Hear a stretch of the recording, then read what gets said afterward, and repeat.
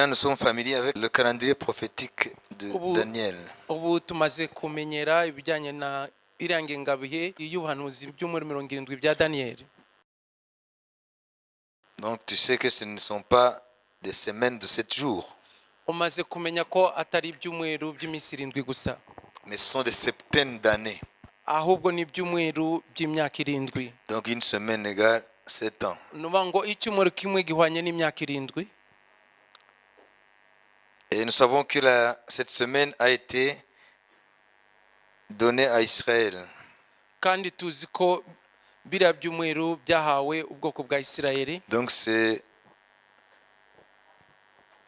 le plan de Dieu pour Israël par rapport aux nations. Nukuvuga ko ari umugambi w'Imana kuri Isirayeli hagati mu mahanga. C'est-à-dire le rapport entre Israël et les nations. Ni hagati ya Isirayeli n'amahanga. Parce qu'il est question aussi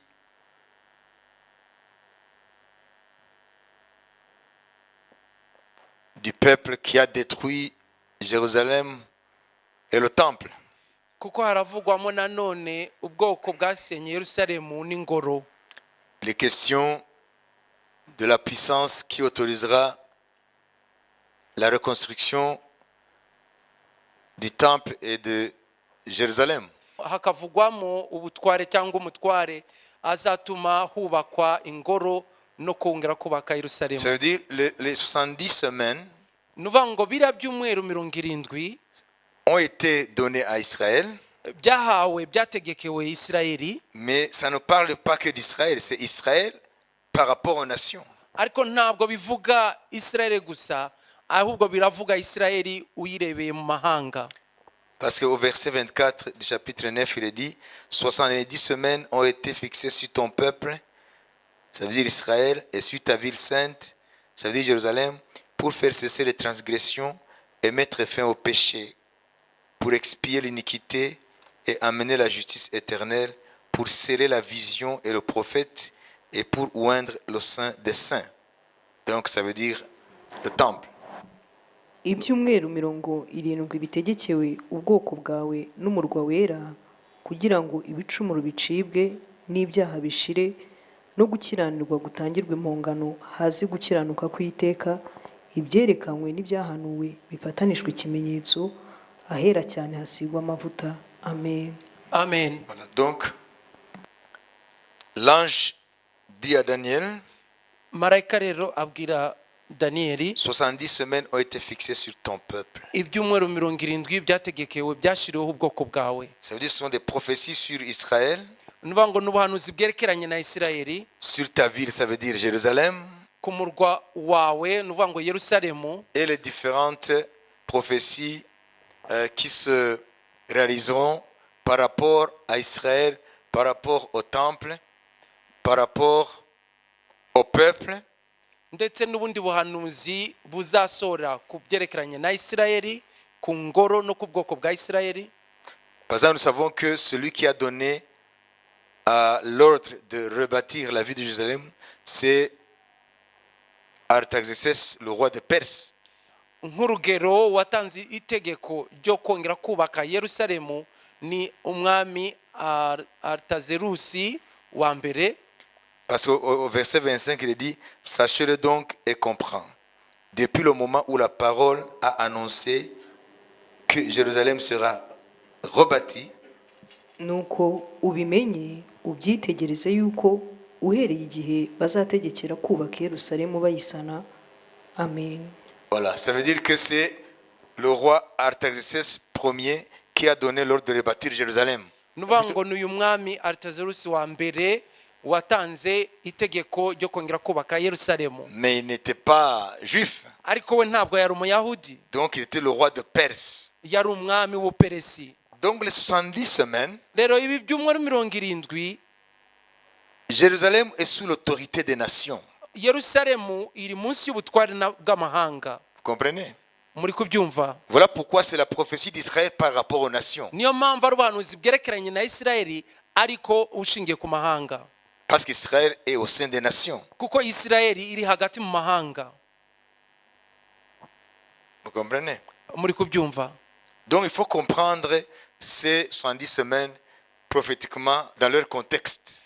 Mukwiye gusobanukirwa rero ibi by'umuro 70 uburyo ki byavuzwe Donc ce sont des prophéties n'ubuhanuzi qui regardent Israël bujyanye na Isirayeli par rapport à son histoire, mais aussi au sein des nations. bijyanye n'amateka yayo ariko nanone Isirayeli hagati mu mahanga. Voilà, donc les 7 semaines, Rero biriya by'umuro 7 les premières 7 semaines, biriya by'umuro 7 bya mbere et puis les 62 semaines, noneho hagakurikiraho 62 on ne les attend plus, ntabwo tukibitegereje ça s'est accompli. kuko byaramaze gusoza Et kubera ko Jérusalem a été rebâtie Yerusalemu yongeye kubakwa à l'époque de Néhémie, mu gihe cya Nehemiya, le temple a été rebâti ingoro yongeye kubakwa à l'époque de Zérobabel, mu gihe cya Zorobabeli, l'autel a été rebâti igicaniro cyongeye à kubakwa l'époque de Zérobabel. mu gihe cya Zorobabeli. À la fin de 70 semaines, Messie est venu, Ku iherezo ry'ibihumbi 69 Mesiya ça yaraje. veut dire 7 plus 62. Ndavuga ibyumuro 7 gushyiraho ibyumuro 62. Le Messie est venu, Mesiya yaraje, c'est Jésus de Nazareth. ni Yesu Kristo w'i Il a été Nazareti crucifié. wabambwe. Comprenez? Muri kubyumva? Ça s'est accompli à l'être. Nuvuga ngo byasohoye nk'uko byanditswe mu byanditswe. La dernière semaine, 70e semaine, Ariko ibyerekeranye n'icyumuro cya nyuma cya elle 70 n'a pas encore débuté. ntabwo kiratangira. Comprenez? Murabyumva? L'histoire sainte, on ne peut jamais s'ennuyer avec. Amateka yera ntabwo arambirana. Vous avez compris? Mwabyumvise? Parce que ceci nous a été donné durant notre pèlerinage. On n'en aura pas besoin au ciel. Kubera ko niba twarabihawe muri uru rugendo rwacu mu ijuru ntabwo tuzaba tukibikeneye. Tu en as besoin maintenant, Ubikeneye none durant ta vie terrestre. muri ubu buzima bwawe bwo kuri iyi si. Même après ta mort, Ndetse na nyuma y'urupfu rwawe tu n'auras pas besoin des Écritures. ibyanditswe byera ntabwo uzaba ubikeneye. Souvenez-vous du voyage d'Israël ou du pèlerinage d'Israël. Mwibuke iby'urugendo rwa Isirayeli, Ils avaient besoin de la manne quand? Où? bari bakeneye manu ryari kandi barihe. Ils avaient besoin de la manne durant leur pérégrination dans le désert. Bari bakeneye manu igihe cy'urugendo rwabo rwose mu butayu. Mais quand ils ont traversé le Jourdain, Ariko igihe bari bamaze kwambuka Yorodani, ça veut dire quand ils ont posé leurs pieds sur la terre promise, ni ukuvuga ngo igihe bari bakandagije ikirenge cyabo mu gihugu cy'isezerano, la Bible dit, Bibiliya ivuga ngo aussitôt la manne a cessé. ako kanya manu yahise ihagarara.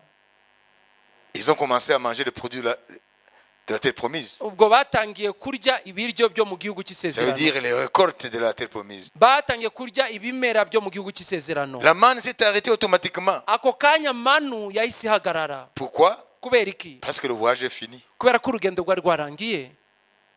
Et nous aussi, quand nous quittons ce monde, Natwe iyo tuvuye muri iyi si le voyage est terminé. urugendo ruba rurangiye. On n'a pas besoin de cette manne. Iyi manu ntabwo uba ukikeneye. None wowe uri mu rugendo, ndari mu rugendo. Manu yawe ni ijambo izahagarara ryari? Nupfa cyangwa itorero? Voilà. Nibyo. C'est simple. Ni ibintu byoroshye cyane. None se wowe ushobora guhaga manu hanyuma ukayibika munsi y'urugo ngo uzayirya ryari? Abantu benshi barapfa ijambo ry'Imana batigeze baranaryexploita. Tuvuga ngo ni provision ni impamba yabapfiriye ubusa. Tuvuga ngo nimba udashaka kwiga ijambo ry'Imana urata umwanya wawe kuko urumara gupfa ntabwo uzarikenera. Ngo byabaye ku Bisirayeli byatwandikiwe twebwe bigire gute Tubera kabarore. bitwigishe. Amen. Kuko ngo ibyabo ni igicucu cy'ibyacu. Et ils mangeaient la manne physique. Bo baryaga manu ifatika, Mais nous mangeons la manne spirituelle. ariko twebwe tujya manu y'umwuka. Jésus a dit, je suis le pain de vie. Yesu yaravuze ngo nije mugati w'ubugingo. Vos pères ont mangé la manne dans le désert. mort. basogokuruza banyu bariye manu mu butayu barapfa. Donc il s'adressait aux Juifs. Yarimo arabwira abayahudi, Mais moi je suis la vraie manne, ariko je nije manu y'ukuri, le vrai pain qui descend du Père nije mugati w'ukuri uturuka mu ijuru kuri pour donner la data, vie au monde. kugira ngo uhe ubugingo isi.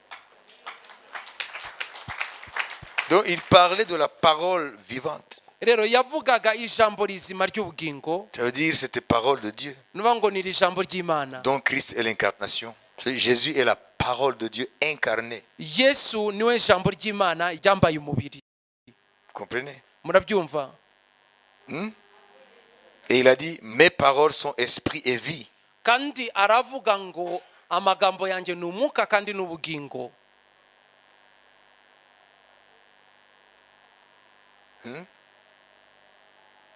Aujourd'hui, nous allons nous concentrer sur Ézéchiel 38-39. Uyu munsi tugiye kwiga igitabo cya Ezekiel 38:39.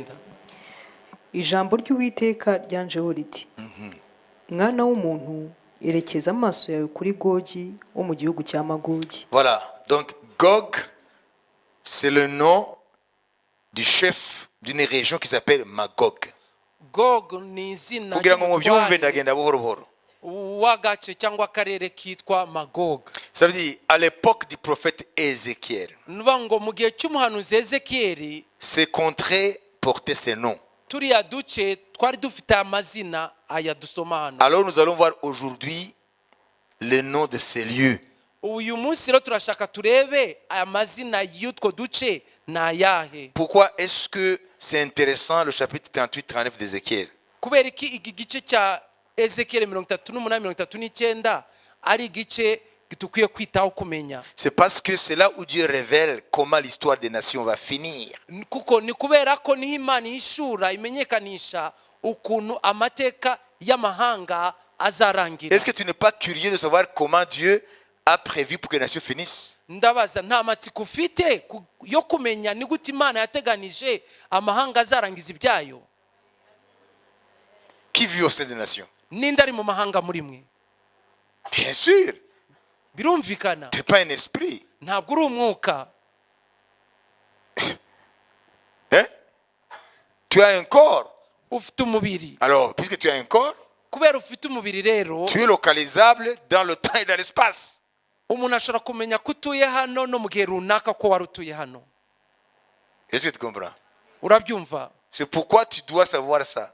Niyo mpamvu ukwiye kumenya ibi ngibi. Et ça se passera tel que Dieu l'a dit. Kandi bizaba nk'uko Imana yabivuze. Alors, comment situer dans le calendrier prophétique ce qui se passera là-bas? Muri iriya ngengabihe y'ubuhanuzi bwa Daniyeli by'umuri 70 twabishyirahe ibizaba muri ibi bya Ezekiyeli. Nous ne sommes pas sortis du calendrier prophétique. Ntabwo twasohotse muri iriya ngengabihe y'ubuhanuzi bwa Daniyeli. Les événements qui sont là, Ibintu bizaba hariya nous pouvons les situer durant la semaine là, la dernière semaine du calendrier prophétique. dushobora kubishyira muri kiriya cyumweru cya nyuma kiriya ngengabihe y'ubuhanuzi by'umuri 70. Donc, on est très content Rero turanezerewe cyane de ce que vous êtes capable de situer l'événement ko dans le temps. mushobora kumenya aho ibi bizahebera mu gihe. Quand on vous parlera d'Armageddon, nituvuga ibyerekeranye na Armagedoni, tu sauras où situer l'événement. uzamenya bizaba ryari. Ce n'est pas avant la grande tribulation. Ntabwo ari mbere y'imibabaro ya Yakobo. Donc, l'événement ultime avant l'avènement du règne de Christ. Ni bya bihe bizabimburira kuza kwa Yesu. Ça veut dire c'est le dernier événement. Nibyo bizasoza ibindi. Si on te demande pourquoi, Bakubajije ngo kubera iki? c'est parce que Jésus reviendra. Ni ukubera ko Yesu azagaruka. Le Moyen-Orient est en ébullition. Buriya busirasirazuba bwo hagati bumeze nk'ikirunga cyarutse. Parce que Jérusalem sera déjà attaquée. Kubera ko Yerusalemu izaba yatewe. Jésus reviendra alors qu'il y a une guerre là-bas. Yesu azagaruka hari intambara ikaze. Lisons vite Zacharie 14. Reka dusome vuba Zakariya 14. Il va nous décrire les événements du retour de Christ visiblement. agiye kutubwira ibizaba byerekeranye no kugaruka kwa Yesu, ibizaba biraba. dore hazaba umunsi w'Uwiteka ubwo bazagabanira iminyago muri wowe. Nzakoranya amahanga yose atera i Yerusalemu, kandi umurwa uzahindurwa, amazu azasahurwa, n'abagore bazabenda ku gahato. Igice cy'abantu bo mu murwa bazajyanwa ari imbohe, ariko abazaba barokotse muri wo ntibazatsembwa. Maze Uwiteka azahurura arwane n'ayo mahanga nk'uko yajyaga arwana mu ntambara. Uwo munsi azashinga ibirenge bye ku musozi wa Elayono werekeye Yerusalemu iburasirazuba. Qui a posé ses pieds sur le mont des Oliviers avant de quitter ce monde? Ninde wakandagije ibirenge bye ku musozi wa Elayono mbere yuko ava muri iyi si? Allons dans Actes, Rero tujye mu byakozwe n'intumwa, chapitre 1er. igice cya mbere. Nous allons voir Turabona celui qui a posé ses pieds sur le mont des Oliviers. wakandagije ibirenge bye ku musozi wa C'est le Elayono, même qui reviendra nuriya nyine uzagaruka, de la même façon. nibwo azagaruka nyine. C'est l'ange qui a dit cela. Marayika niwe wabivuze, Hein, 2 anges ont dit cela. abamarayika babiri barabivuze Hein, comme il est parti, c'est comme ça qu'il reviendra. ngo uko azamutse agiye niko azagaruka. Alors lisons dans Actes, Reka dusome ibyakozwe n'intumwa, chapitre 1er, verset 9 verset 11. igice cya mbere umurongo w'icyenda tugeze kwa 11. Amaze kuvuga atyo Un azamuka. instant. Gato Je vous ai dit que la Bible s'explique par elle-même. nababwiye ko Bibiliya ubwayo yisobanura, Ok? sibyo? Nous n'avons pas besoin d'apport extérieur. Nta kintu dukeneye gituruka hanze, Seulement, nous consultons l'histoire ahubwo dushobora kubaza amateka, pour voir si l'histoire confirme la Bible. tuyabaza turebe ko ahamiriza koko Bibiliya. Mais ce n'est pas l'histoire qui explique la Bible. Ariko ntabwo ari amateka asobanura C'est Bibiliya, la Bible qui explique l'histoire. ahubwo Bibiliya ni isobanura amateka. Qui a compris? La véritable histoire Amateka y'ukuri confirme la parole de Dieu. ahamiriza ijambo ry'Imana. Quand tu lis Zacharie 14, Iyo usomye Zakariya 14, je vous donne un peu de méthodologie. Je vais vous donner la méthodologie de bien étudier la Bible ndabaha uburyo bwiza bw'ukuntu mwakwiga Bibiliya afin que vous compreniez. kugira ngo mubashe gusobanukirwa. Amaze kuvuga atyo azamurwa, bakimureba igicu kiramubakingiriza. Bakiraramye batumbira mu ijuru, akigenda abagabo babiri barababonekera bahagaze iruhande rwabo bambaye imyenda yera. Barababaza bati, yemwe bagabo b'i Galilaya, ni iki gitumye muhagaze mureba mu ijuru? Yesu bakuwemo akazamurwa mu ijuru, azaza atyo nk'uko mumubonye ajya mu ijuru. Basubira i Yerusalemu bavuye ku musozi witwa Elayono, wari bugufi bw'i Yerusalemu nk'urugendo rwo kugenderwa ku isabato. Amen. Amen. Reviendra de la même manière. Azagaruka muri ubwo buryo. Et voilà que Zacharie nous dit Noneho turabona Zakariya avuga ngo que l'Éternel, en pleine guerre d'Armageddon, intambara ikataje Arumagedoni, le Seigneur lui-même viendra umwami ubwe azaseruka avec tous ses saints. ari kumwe n'abera be bose. Il posera ses pieds sur le mont des Oliviers. Azakandigiza ibirenge bye ku musozi wa Vous Elayono. voyez? Murabibona?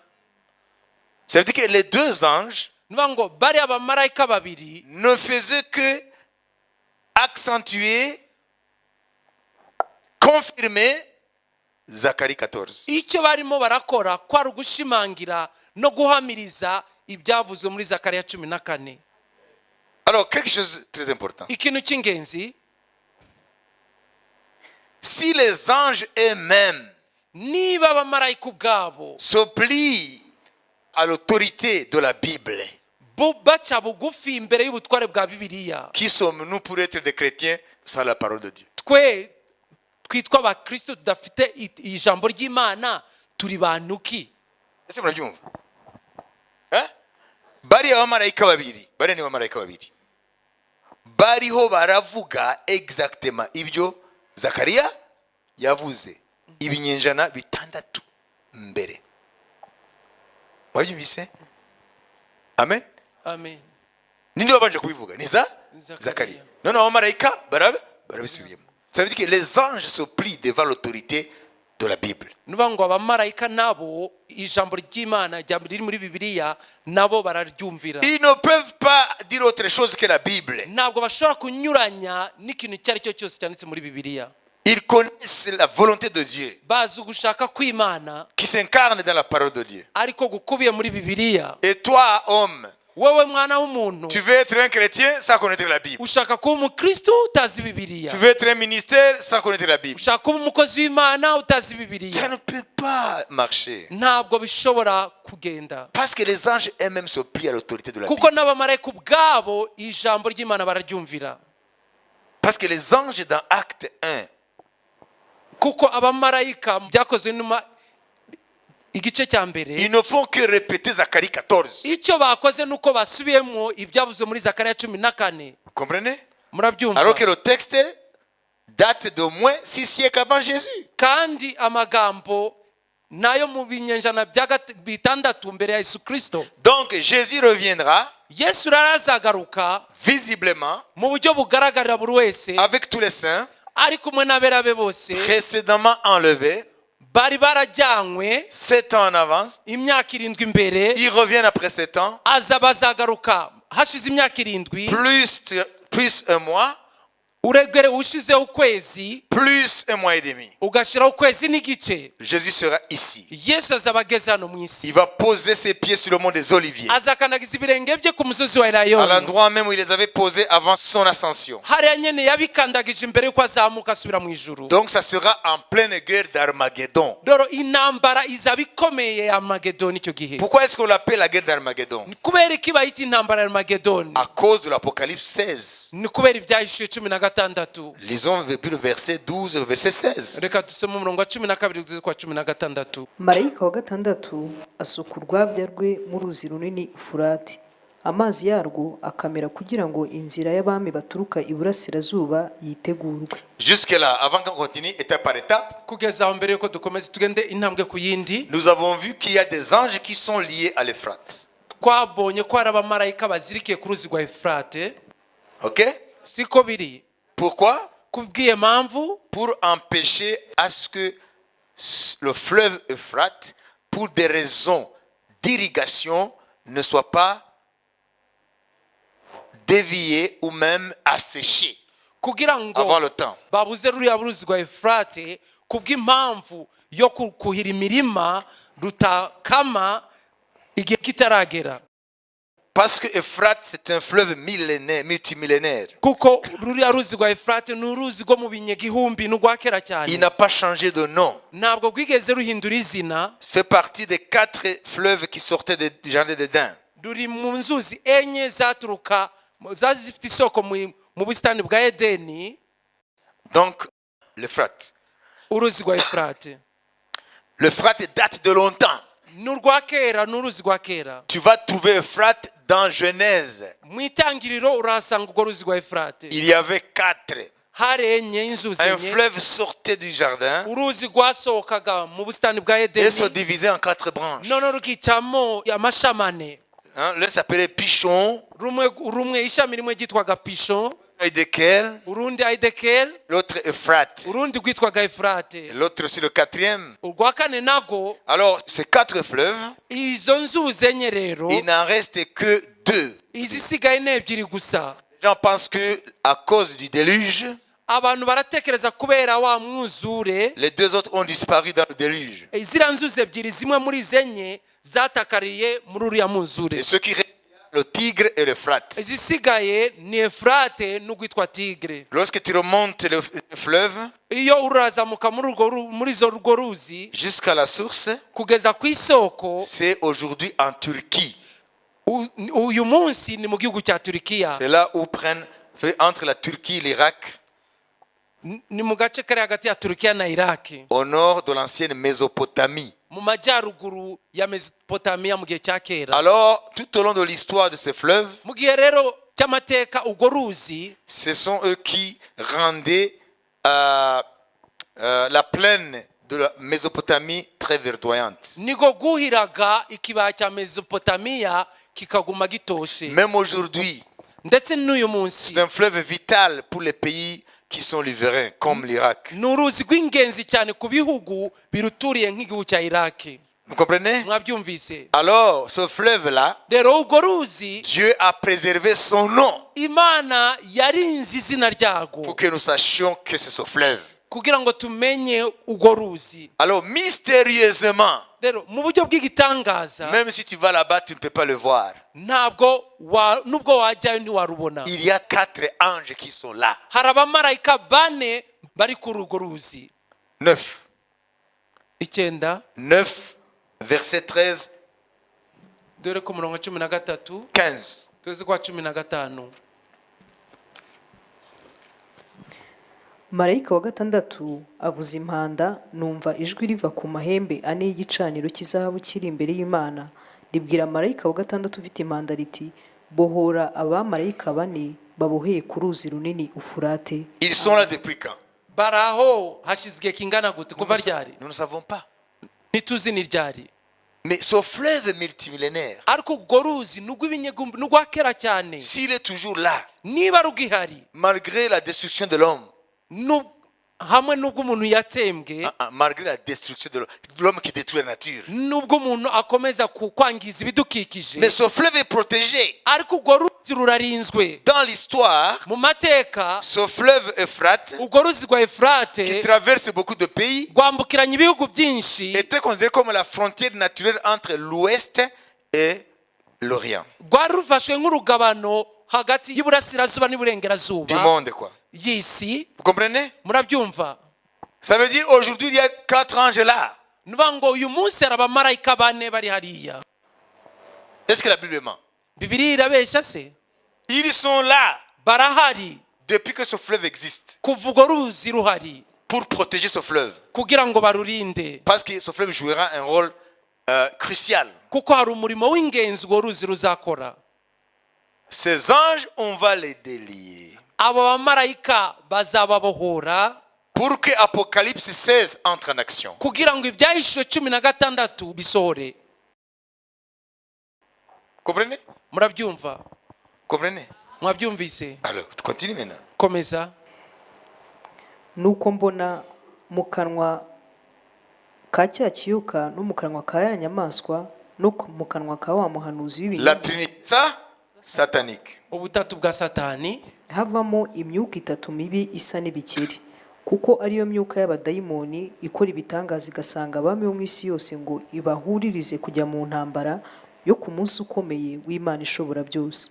16. Ibateraniriza ahantu mu Ruheburayo hitwa Harmagedoni. Amen. Ça, c'est la guerre d'Armageddon. iyi ni intambara ya Armagedoni. Pourquoi Armageddon? Kubera ko intambara ya Armagedoni Ça sera l'épicentre de la guerre mondiale. Murabona iyi kirunga kirusi, sibyo? Igoma hariya Goma cya kirunga. Byagize ingaruka Goma gusa. oya Na mu Rwanda amazu ya aratigise. voilà. Alors l'épicentre c'était à Goma. Nuvuga ngo byakubitiye Goma, Mais ari noneho bigera hose nonaha. ça veut dire que l'épicentre de la troisième guerre mondiale ce sera là. Nuvuga ngo umutima wabyo Là. ni hariya. Ya Armagedoni ni hariya. Mais les effets vont aller dans toutes les nations. Ariko ingaruka zizagera mu mahanga yose. Celui qui te demande pourquoi on l'appelle guerre d'Armageddon. None niba ari umuntu ukubajije kubera iki bayita intambara ya Armagedoni, Apocalypse 16. ni byahishuwe 16:16. C'est là où se trouvera l'épicentre. Niho umutima niho bizakubitira. À 80 km de Jérusalem, Ku birometero 80 nord, uturutse i Yerusalemu mu majyaruguru, il y a ce qu'on appelle la montagne de Megiddo. hari umusozi witwa Megido. D'ailleurs, il fut une cité du roi Salomon là-bas. C'est là où Salomon élevait ses chevaux. Umwami Salomoni niho yororera ifarashi ze nziza. Il y avait une cité là-bas. Hariya hari umugwa umudugudu wa Salomoni. Donc il y a une montagne ou une colline si vous voulez. Hariya rero hari Parce que umusozi montagne c'est un peu grand. Une colline qui s'appelle Megiddo. witwa Megido. Alors Armageddon. Armageddon, iryo jambo Ça veut dire la plaine de Megiddo. nuvuga ngo ni kibaya. Ça la racine de vallée de Megiddo. Cyo nuvuga ngo bivuga La ikibaya cya Megido. Comprenez? Mwabyumvise? Alors cette vallée, cette plaine là, Rero icyo kibaya rero cy'uwo musozi Megido elle est tellement vaste qu'elle peut accueillir l'aviation de tous les avions du monde. ni kigari cyane ku buryo cyakwakira Je dis par rapport à l'aviation militaire. indege za gisirikare z'isi yose. C'est là où sera concentrées les forces des nations Niho imbaraga z'amahanga zizaba ziteraniye pour venir là en Israël, kugira ngo zishobore kuza muri Isirayeli dans ce combat muri iriya ntambara que la Bible appelle le combat du grand Dieu. ariyo Bibiliya yise ngo intambara y'Imana isumba byose. Qui va convoquer les nations pour cette guerre? Ninde uzatumira uhamagara amahanga ngo aze kwinjira muri iyo ntambara? Ce sont des esprits démoniaques. Ni imyuka y'abadayimoni. En français, on les appelle les esprits belliqueux. Mu Gifaransa ni imyuka y'intambara. Vous avez compris? Mwabyumvise? Mbona mukanwa ka Satani nawo muhanuzi w'ibinyoma nawo mukuru w'abaroma ngo asotse mu kanwa kabo imyuka imeze nk'ibikere igera gukora iki? Ijya mu mbane zine z'isi guhuruza abami bo mu isi ngo muratanzwe muhereza ingabo ngo bakahuruzwa ku ntambara y'Imana isumba byose.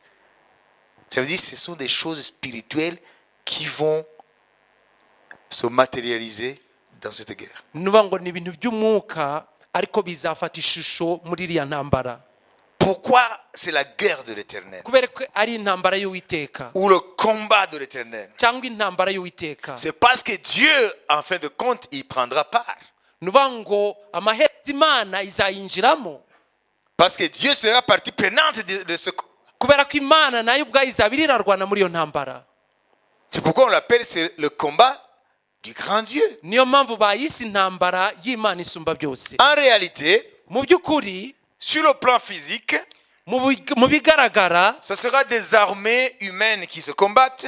zizaba ari ingabo zo mu isi z'abantu zaba ziro zirarwana. Mais sur le plan spirituel, Ariko ku rwego mu mwuka ce sera le combat entre la lumière et les ténèbres, izaba ari intambara hagati y'umucyo n'umwijima, entre Dieu et Satan. hagati y'Imana na Satani. Les hommes ne seront que le théâtre de cette guerre. Abantu bazaba ari ibikoresho gusa muri iyo ntambara. Qui a compris? Ninde wabisobanukiwe?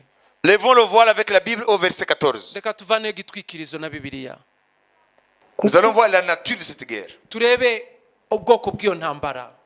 kuko ariyo myuka y'abadayimoni ikora ibitangaza igasanga abami bo mu isi yose ngo ibahururize kujya mu ntambara yo ku munsi ukomeye w'Imana ishobora byose. Amen. Vous comprenez? Mwabyumvise? Hein? Amen. Pour le combat du grand jour du Dieu Tout-Puissant. Ku munsi ukomeye w'Imana ishobora byose. Pourquoi est-ce qu'on décrit ce jour comme le jour, le grand jour du Dieu Tout-Puissant? Kubera ko batangaje ko uyu munsi ari umunsi ukomeye w'Imana ishobora byose. C'est le jour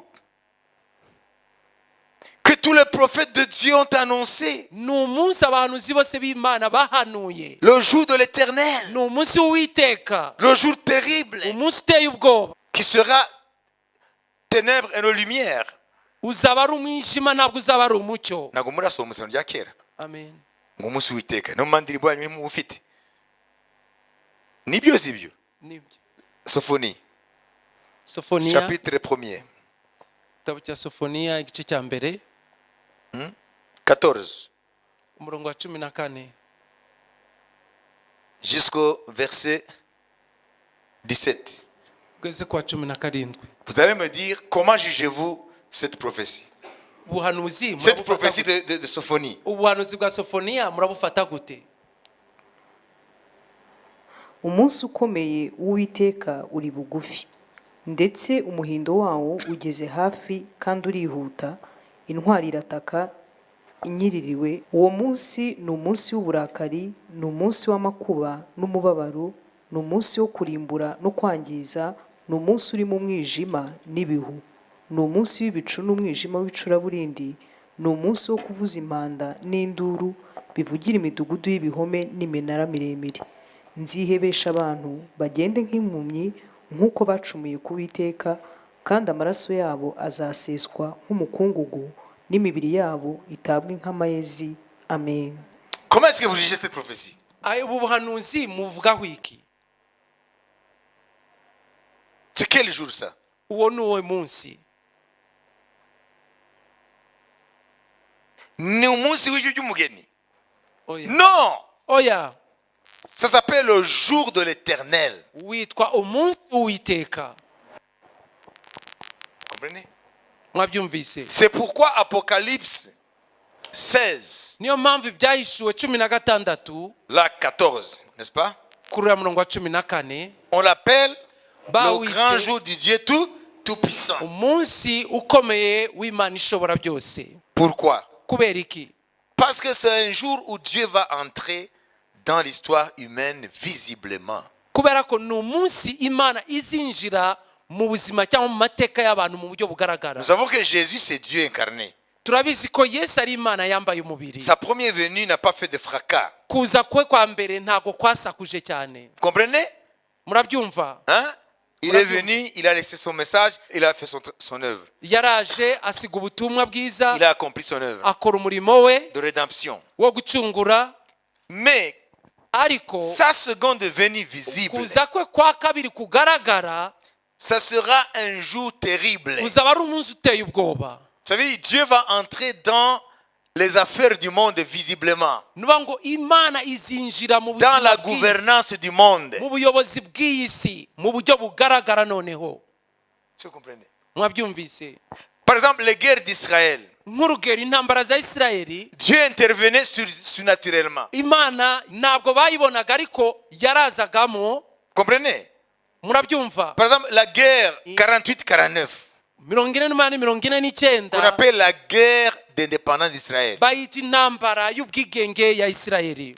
La guerre de 67, Intambara 67 où Israël a combattu contre plus de 5 nations arabes. aho Isirayeli yari ihanganye n'ibihugu by'Abarabu birenze 5. Égypte, Harimo Egypte, Irak. harimo Iraki. Malgré qu'il est loin, au-delà de l'Euphrate, il est venu. Nubwo iri kure hariya hakurya ya Efurati ariko yaraje. Le Liban, Igihugu cya Libani, la Syrie, igihugu cya Siriya, la Jordanie, igihugu cya Jordania, même d'autres puissances étaient derrière. ndetse n'ibindi bihugu byari Des bibiherekeje, mercenaires et tout et tout et tout. abacancuro. Voilà, toute cette coalition Abo bose bishize hamwe face à Israël, un seul pays. barwanye na Isirayeli igihugu kimwe gusa. Toutes ces victoires remportées par l'État hébreu, Ziriya ntsinzi zose igihugu cya Isirayeli cyagezeho c'est la main de Dieu. ni ukuboko kw'Imana. Comprenez? Murabyumva? Mais Dieu n'est pas venu visiblement. Ariko Imana ntabwo yaje mu buryo bugaragara. Vous comprenez? Murabyumva? Donc les anges agissaient dans le monde spirituel, mais en faveur d'Israël. Abamarayika barakorera mu isi y'umwuka ariko bakagwana ku ruhande rwa Isirayeli. Vous comprenez? Murabyumva?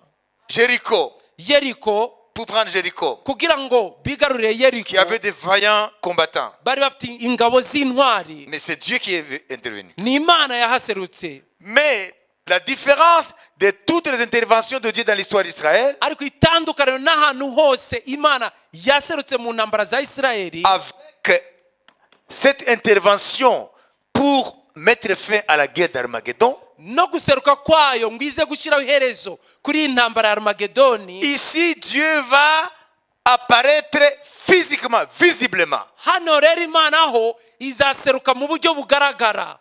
Ça veut dire Dieu en la personne de Jésus Niba ngo ni Imana muri Yesu Kristo. viendra visiblement. Yesu azaza mu buryo bugaragara. Il va entrer dans cette guerre. Noneho yinjire muri iyo ntambara. Comprenez?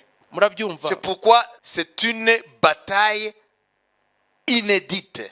Niba ngo ni intambara, niyo mpamvu ari intambara udashobora De kuba notre wa genre. ntiwashobora kubona ukuntu wayisobanura Qui wayivuga. n'entre pas dans la logique de guerre qu'Israël avait menée, où Dieu intervenait, mais pas visiblement. Ntabwo twayibara muri ziriya ntambara zindi Isirayeli yarwanye, aho Imana yaserukagamo ariko mu buryo bwo mu mwuka. Hein? Ça veut dire l'influence de Dieu Niba ngo ugukora kw'Imana en faveur d'Israël mu ruhande rwa Isirayeli était surnaturelle, mais influait sur le cours de la guerre. byari mu buryo bwo mu mwuka ariko bikarwana mu ruhande rwa Isirayeli mu ntambara. Mais cette guerre d'Armageddon, Ariko ku byerekeranye n'iyi ntambara ya Armagedoni, il ne veut pas seulement rester dans le monde spirituel. Imana ntabwo izaguma mu buryo bwo mu mwuka gusa. Jésus viendra physiquement. Yesu azaza mu mubiri. il se posera sur le mont des Oliviers. akandagiza ibirenge bye ku musozi wa elayono Et il va combattre les armées qui seront là. noneho agwanye ingabo zizaba ziri aho ngaho Pour libérer Jérusalem. kugira ngo abohoze yerusalemu Donc ce sera visible. rero bizaba ari mu buryo bugaragarira amaso Parce que les Juifs aussi le verront avec les marques de la croix. kubera ko n'abayuda ubwabo bazamwibonera n'inkovu z'umusaraba. Donc ce n'est pas spirituel. rero ntabwo ari mu mwuka gusa Il sera visible. ahubwo azaba agaragara mu buryo bw'amaso. Et les nations sauront amahanga nayo azamenya ko qu'il y a une autre armée qui n'est pas terrestre, ko hari izindi ngabo zitari izo muri iyi si qui interviennent maintenant. zinjiye mu rugamba. Hapo sasa mtajua kwa nini Biblia inamwita Bwana wa majeshi. mwaho murahita mumenya impamvu biri mwita umugaba w'ingabo, L'Éternel des armées. uwiteka umugaba w'ingabo. Tujya tubivuga amasengesho ngo Uwiteka nyiringabo. Mais on ne réalise pas. Il a une armée. afite ingabo. Donc l'Armageddon est une guerre inédite. rero armageddon ni intambara utabona uko uyivuga uyisobanura, Parce que Dieu lui-même viendra prendre part à la guerre. kuko imana ubwayo izinjira muri iyo ntambara Physiquement, mu buryo bugaragarira amaso en la personne de Jésus-Christ. muri Yesu Kristo. Laissez-moi vous dire, reka mbabwire, c'est là où le monde saura niho isi izamenya que ce Jésus qu'on a dénigré, ko uriya Yesu basuzuguye c'était l'Éternel lui-même. ko yari uwiteka ubwe. Qui a compris? ninde wabisobanukiwe? Parce que la Bible dit, kubera ko biravuga ngo l'Éternel combattra lui-même. uwiteka azagwana ubwe, Or, celui qui vient au nom de l'Éternel, kandi uje mu izina c'est ry'uwiteka notre Seigneur Jésus. ni umwami wacu Yesu Kristo. Donc à ce moment-là, rero aho le ngaho monde saura que Jésus de Nazareth, isi izahita imenya ko Yesu Kristo w'i Nazareti c'était le mystère de l'incarnation. bwari ubwiru bw'Imana yambaye umubiri. Dieu s'est fait homme. Imana yigize umuntu, Mais cela n'a pas diminué sa divinité. ariko ntago byigeze bigabanya ubumana bwe. La Bible dit Bibiliya avuga ngo que personne ne fasse de vous sa proie ntihagire ubagira imbata ye par une vaine philosophie n'ubwenge bupfuye et par des rudiments du monde cyangwa imigenzo y'isi, et vous détournez de la vérité. abateshe ukuri, Parce que kubera ko vous avez tout pleinement en lui. mufite byose muri we. Ça veut dire Jésus. nuvuga ngo ni Yesu. Pourquoi? kubera iki? Paul dit, Pawulo aravuga car ngo en lui kubera ko muri we se trouve niho ou habite hahishwe, niho hari corporellement mu buryo bw'umubiri toute la plénitude de la divinité. umwuzure wose w'ubumana. C'est en lui. ni muri we. Ça veut dire il est pleinement homme, nuvuga ngo ni umuntu ijana ku il ijana, est pleinement Dieu. akaba n'Imana ijana ku ijana. Alors je vais vous poser la question. reka mbaze ikibazo, Pourquoi est-ce que quand on invoque son nom, kubera ko iyo duhamagaye izina les rye démons tremblent? abadayimoni bahinda umushyitsi? Pourquoi? kubera iki? Parce qu'ils le connaissent. kubera ko C'est baramuzi, Dieu. barazi ko ari Imana. Et nous nous jouons avec son nom. twebwe tugakinisha izina rye. Mais ce jour-là, ariko uriya munsi, permettez-moi de conclure en vous disant, munyemere nsoze mbabwira ngo c'est pour cela que ni nayo mpamvu Dieu dit dans Ésaïe, Imana ivuga muri Yesaya, en ce jour-là, kuri uriya munsi l'Éternel sera le seul éternel. uwiteka azaba ari uwiteka wenyine, Et je vais balayer tous les autres noms. kandi nzasibangatanya amazina yandi yose. Même dans Zacharie 14, no muri Zakariya 14 il dit en ce jour-là, aravuga ngo uwo munsi lorsqu'il va entrer physiquement igihe azinjira mu buryo bugaragarira amaso dans la gouvernance du monde, mu miyoborere y'iyi si, lorsque son armée va entrer igihe ingabo ze à zizinjira partir d'Israël uhereye muri sur Isirayeli cette terre, kuri buriya butaka, à ce moment-là, aho ngaho la Bible dit, birivuga ngo l'Éternel uwiteka sera le seul Dieu. niwe azaba ari we Mana wenyine, Parce qu'ils sauront que Jésus, kuko bazamenya ko Yesu c'était le Dieu créateur. ari we Mana yaremye byose. Ce n'est pas nous, ntabwo ari twe, c'est Dieu. ni Imana. Nous ne dirons qu'est-ce que Dieu a dit. ibyo tuvuga ni ibyo Imana yavuze gusa. Vous comprenez?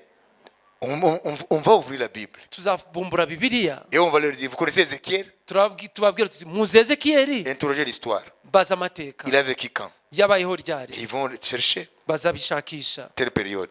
muri iki gihe. Voilà ce qu'il a dit. dore ibyo yavuze, On n'invente rien. ntacyo duhimbye. Vous connaissez Ésaïe? muzi Yesaya? Oui, parce que Ésaïe, on a retrouvé le livre d'Ésaïe écrit de sa propre main. yego, kubera ko Nous avons l'original d'Ésaïe. babonye umuzingo w'umwimerere wa Yesaya yiyandikiye Le livre d'Ésaïe n'amaboko. est gardé à Jérusalem. umuzingo wa Yesaya ubitswe i Yerusalemu muri musée. Personne ne peut nier ça. nta muntu n'umwe wabihakana rero. Amen. Amen. Bato yanaitwa Qumram, hafi y'inyanja y'umunyu. Il y a des manuscrits là hari imizingo dans le livre d'Ésaïe. harimo muri iyo kitabo cya Ce Yesaya sont des preuves tangibles. n'ibihamya bifatika. Imana yaracunze bya bitabo. Amen. Kwa ntibazavuge ngo ni ibintu byanditswe nyuma. Barapimye n'ibyuma babihimya imyaka. Exactement à l'époque de ces écrivains sacrés. birahuye neza nabo banditsi bera. Quand on parle de ça, rero iyo tuvuga ibi rero c'est pour que vous compreniez que Dieu est omniscient. ni ukugira ngo mumenye ko Imana izi byose. Il connaît la fin d'une chose avant son commencement. izitangiro iherezo rya buri kimwe cyose mbere yuko gitangira. Alors pour nous, rero kuri twe ça nous encourage même dans notre vie d'aujourd'hui. bidutera imbaraga ndetse no mu buzima bwacu bwa bw'iki gihe.